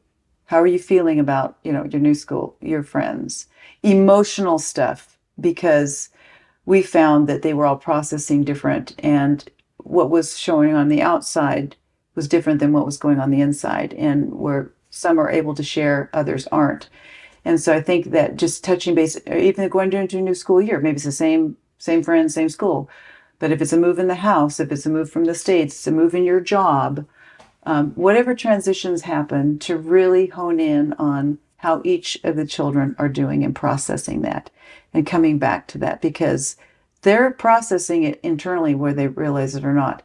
But through processing internally, you make conclusions and you say, okay, this is hard, this is sad, therefore I'm going to protect myself, from heartache, or I'm not going to have that friend, or different decisions.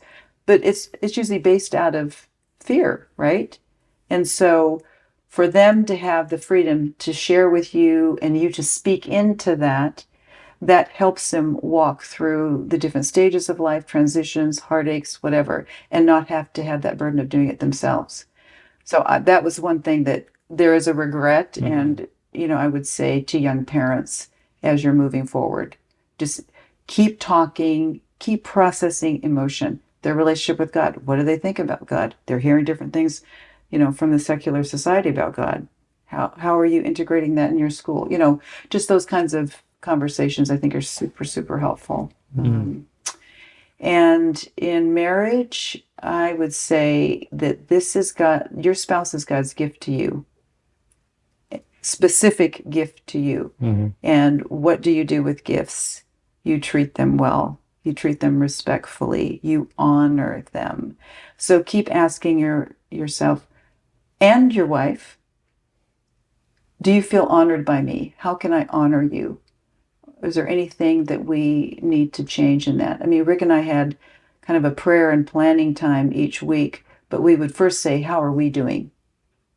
Is there anything, like maybe just something just came up a feeling during the week, or, so each person feels heard, but that sense of honoring this gift that God has given me puts a different twist on I'm irritated. I'm disappointed, I'm irritated, Let me speak with honor, and then if there is an issue, we'll tackle it together. But because there's respect and honor, that's going to carry you far. I like that. So this promise last last No, I don't believe it. last statement from you is so part of this is a history of your life, and maybe someday your grandchild or great grandchild will see this.